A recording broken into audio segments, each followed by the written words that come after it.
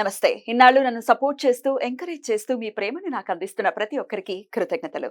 అలాగే ఈ వీడియో కూడా ఖచ్చితంగా మీకు ఉపయోగపడుతుంది. లైక్, షేర్ అండ్ సబ్స్క్రైబ్ చేసి మీ సపోర్ట్‌ని నాకు అందించండి. అలాగే ఈ వీడియో పట్ల మీకున్న అభిప్రాయాన్ని కామెంట్ సెక్షన్‌లో కామెంట్ చేసి తెలియజేయండి. ఇప్పుడు వీడియోని చూద్దాం. నమస్తే, వెల్కమ్ టు అవర్ ఛానల్. నేను పద్మిని. ప్రస్తుతంతో పాటు ప్రముఖ ఆధ్యాత్మికవేత్త, వాస్తు జ్యోతిష పండితులు, లలిత ఉపాసకులు, వాస్తు జ్యోతిష శిక్షణ నిపుణులు బ్రహ్మశ్రీ నానాజీ పట్నాయక్ గారు మనతో పాటు ఉన్నారు. మాట్లాడదాం సార్. నమస్తే సార్. శ్రీమాత్రే నమః. సార్, అమావాస్యలు ప్రతి నెల అమావాస్య గురించి మాట్లాడుకోవడం లేదా పౌర్ణమి గురించి మాట్లాడుకోవడం అనేది పరిపాటి. అయితే ఈసారి ఆషాఢ అమావాస్య గురించి మాట్లాడుకోవటం డెఫినెట్ గా ఈ 2 ఏళ్లలో మన ప్రయాణం మొదలై 2 years అయింది కదా సార్ మన ఛానల్. 2 years పైన అవుతోంది. ఎప్పుడూ కూడా అమావాస్య ఈ కాంబినేషన్ తో వస్తోంది అని మాట్లాడుకున్న సందర్భం లేదు.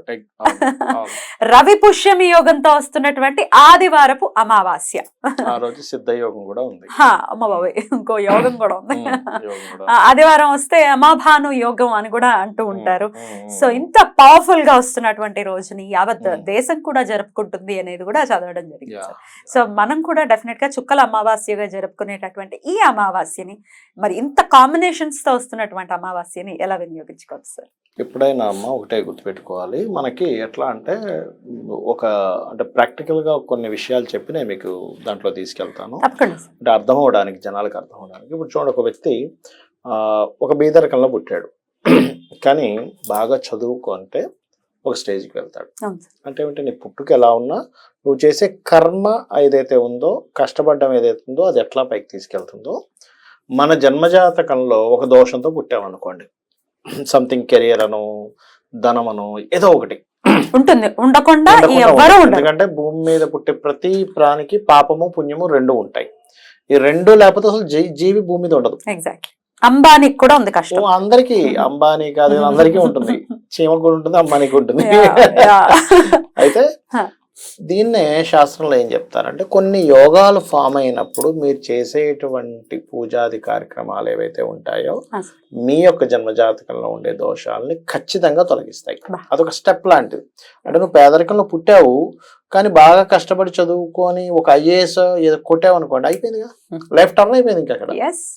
అలాగే సేమ్ యాజ్ ఇట్ ఈస్, ఇలాంటి యోగాలు వచ్చినప్పుడు మీరు ఎంత చేస్తూ ఉంటే మీ పాప కర్మ అంత తొందరగా దగ్ధం అవుతుంది. అద్భుతం. పేదరికంలో పుట్టడం మన తప్పు కాదు, కానీ పేదరికంలోనే ఉండిపోవడం మన తప్పు. 100% తప్పు.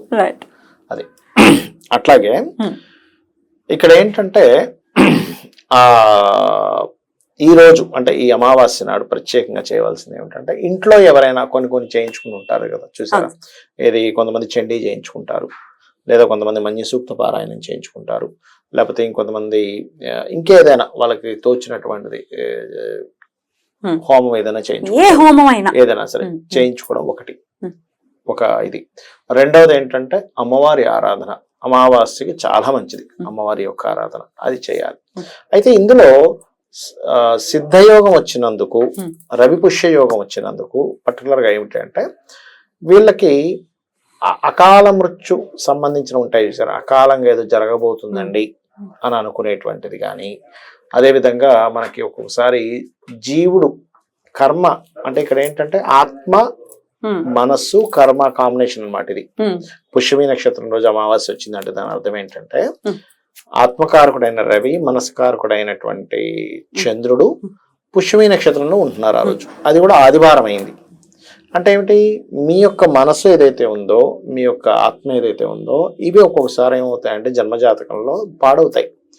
చంద్రుడు పాడైంది అనుకోండి, ఎవరికైనా చంద్రుడు బాగా పాడైపోయాడు, వాళ్ళ మైండ్ సెట్ సరిగ్గా ఉండదు, కకలా వికలంగా ఉంటుంది, ప్రతి చిన్న విషయాలకి ఎమోషన్స్ అయిపోతుంటారు, బాధపడిపోతూ ఉంటారు. వాళ్ళని మనం చెప్పినంతసేపు ఓకే అవును నేను కరెక్ట్ గానే ఉన్నా అంటారు, మళ్ళీ మనం పక్క పోగానే మళ్ళీ సేమ్ డిప్రెషన్ లోకి వెళ్ళిపోతారు. అటువంటి వారికి కూడా ఈ యొక్క అమావాస్య బ్రహ్మాండమైన ఫలితం ఇస్తుంది. అదేవిధంగా కొంతమందికి సోల్ కారకుడు సన్ పాడైపోతాడు. సన్ పాడైపోతే కామన్ గా ఏమవుతుందంటే, తొందరగా నెగటివ్ ఎనర్జీస్ కనెక్ట్ అవుతాయి.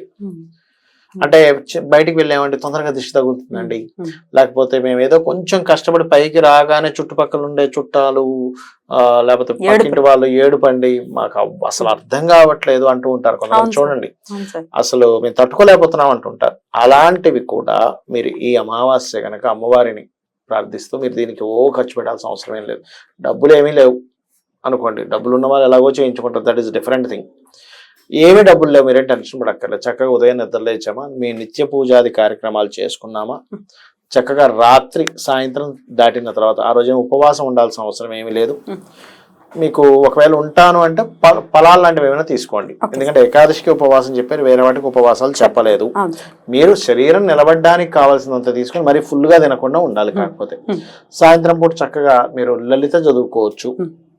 లలిత చదువుకొని ఉదయం పూట మాత్రం రవిపుష్యమి యోగం వచ్చింది కాబట్టి మీరు సూర్య నమస్కారాలు చేసుకోవడము, ఆదిత్య హృదయ పఠనం చేసుకోవడము చాలా చక్కటి ఫలితాలు ఇస్తుంది. మీకు చాలా అంటే చాలా చక్కటి ఫలితాలు ఇస్తుంది ఆ రోజు చేసేటువంటి ఫలితం. సార్ అయితే సిద్ధ యోగం కూడా ఉంది అని చెప్పారు కదా, ఏమిటి సిద్ధ యోగం అంటే సార్? మనకి ముహూర్తాలకు కూడా యోగం చూస్తారు. ముహూర్తంలో కనుక ఆ రోజు సిద్ధ యోగం ఉందనుకోండి, ఆ చేసే పని సిద్ధిస్తుంది. ఇప్పుడు అమావాస్య వచ్చింది, ఆ రోజు ఏదో సంకల్పంతో చేస్తాంగా మనుషులు మనం, అంటే ఏదో పరమేశ్వర ప్రీత్యర్థం చేయడం దట్ ఇస్ నిజంగా అలాగే చేయాలి, కానీ ఏదో సంకల్పం ఉంటుంది. ఆ సంకల్పం సిద్ధించడానికి ఈ యొక్క పారాయణం బ్రహ్మాండంగా పనిచేస్తుంది. ఏదైనా లలిత చేసుకోవచ్చు, చండీ పారాయణం చేసుకోవచ్చు, వినొచ్చు. ఒకవేళ కొంతమందికి చండీ చేయాలని ఉంది కానీ నాకు డబ్బులు లేవండి, ఇప్పుడు బ్రాహ్మణుని పిలిచి అక్కడ చేయించుకుంటాము, ధనానికి ఇబ్బంది పడుతున్నాము అనుకున్న వాళ్ళు సింపుల్ గా మన యూట్యూబ్ లో దొరుకుతుంది. చండీ చక్కగా పెట్టేసుకొని మీరు అమ్మవారి దగ్గర అది ఆ మంత్రం వస్తూ ఉంటే కుంకుమ వేయండి చాలు. అమ్మవారు ఏమైనా నువ్వు యూట్యూబ్ లో పెట్టావా పిలవకుండా అన్నదు, భక్తి ప్రధానం. యూట్యూబ్ లో విన్నావు, నేను నీకు పుణ్యం ఇవ్వను, పైగా వీళ్ళు చదివింది విన్నావు కాబట్టి అసలు ఇవ్వను, వీళ్ళకి ఏం యోగ్యత ఉంది, ఇట్లాంటివన్నీ మనకి అవన్నీ మనకి తెలియక. సార్ మీ పర్సనల్ కూడా ఇక్కడే చెప్పేస్తున్నా అనుకోకండి, మీ ఇంట్లో కూడా మీరు చేయించుకుంటున్నారు, ఏం చేయబోతున్నారు? శత మన్య సూక్త పారాయణం అమావాస్యలో చేయబోతున్నాం. అద్భుతం. అది మన్య సూక్తం పారాయణం అనేది అసలు ఎందుకోసం చేసుకుంటారు సార్? యాక్చువల్ గా ఏంటంటే అమ్మా, సర్వసాధారణంగా శని కుజుల యొక్క ప్రభావం ఎక్కువగా ఉందనుకోండి ఎవరికైనా, చాలా ఎందుకంటే శని ఈజ్ కర్మకారక, కుజుడు ఇది కృషి కష్టం. ఎవరికైనా వాళ్ళు పడుతున్నటువంటి కష్టము అంటే వాళ్ళు తీర్చుకోలేకపోతున్నారు అని అనుకున్నప్పుడు చేస్తారు. ఒకటి కొంతమందికి ఏమవుతుందంటే శత్రుబాధలు ఉంటాయి, లేదా ఆరోగ్య సమస్యలు. ఎవరికైనా సరే ఆరోగ్య సమస్యలు బాగా ఉన్నాయనుకోండి, శతమన్య సూక్త పారాయణం చేస్తే ఆరోగ్య సమస్యలు పోతాయి. సంకల్పం ఏం చెప్పుకొని చేసుకుంటే ఆ సంకల్పం బట్టి కూడా క్లియర్ అవుతుంది. అది ముఖ్యంగా అందులో సుబ్రహ్మణ్యేశ్వర స్వామి ఎనర్జీ బాగా సెట్ అవుతుంది, దానివల్ల వస్తుంది మనకి. ఆంజనేయ స్వామిది, ఈశ్వరుడిది అద్భుతం వీళ్ళ యొక్క ఎనర్జీ వస్తుంది. ఇది ఏంటంటే నేను చేయించుకోవాలన్నది, నాకు ఒక క్లయింట్ చేయించమంటే సరే, నేను వాళ్ళు యుఎస్ లో ఉంటారు కాబట్టి సరే నేను చేయిస్తానండి, డోంట్ వరీ అన్నాను. ఆ రకంగా ఆ రోజు సండే రోజు పెట్టుకోవడం జరిగింది. ఈ సండే రోజు అయితే మన్య సూక్తం విన్నా కూడా డెఫినెట్ గా చాలా పవర్ఫుల్ అని వింటూ ఉంటాను సార్. వినండి, ఎప్పటికప్పుడు వింటే కూడా చదవటం రాని వాళ్ళు, సో మాకేమైనా అవకాశం కల్పిస్తారా కొంచెం షూట్ చేసి?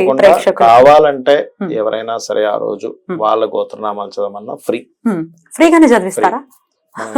వెల్లువలో వస్తాయి సార్, రానివచ్చా? చూడండి, చూసినా సంతోషమే కదా. అదే చూసినా సంతోషమే.